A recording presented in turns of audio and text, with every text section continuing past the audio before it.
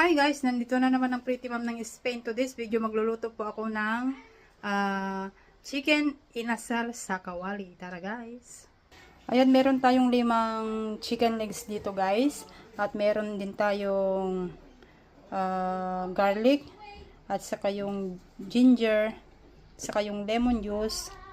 Yung ating Sprite. Yung ating oyster sauce. At saka yung ating soy sauce at yung ating paminta. Yan, maglagay na ako ng paminta guys dito sa ating chicken. At ilagay ko na rin guys yung ating bawang. Yung ating ginger. Wala kasi akong tanglad guys o lemongrass kaya ito na lang ginawa ko. Ginger. Oyster sauce. Yung ating soy sauce, saka yung lemon juice, at yung ating Sprite. Yan, then i-mix natin siya guys hanggang well combine. At imamarinate natin siya guys hanggang 1 hour. Ayan. Saka natin siya lulutuin sa ating kawali. Umpisa na nating iprito guys yung ating chicken.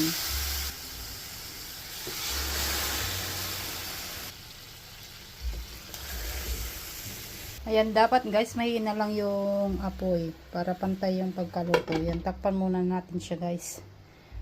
Yung 3 muna ang iluluto ko kasi hindi nagkakasya sa ating kawali. Ayan guys, habang nagpreprito tayo ng chicken, gagawa tayo ng chicken oil. Ayan, may mga malat ng ano dito guys, ng chicken.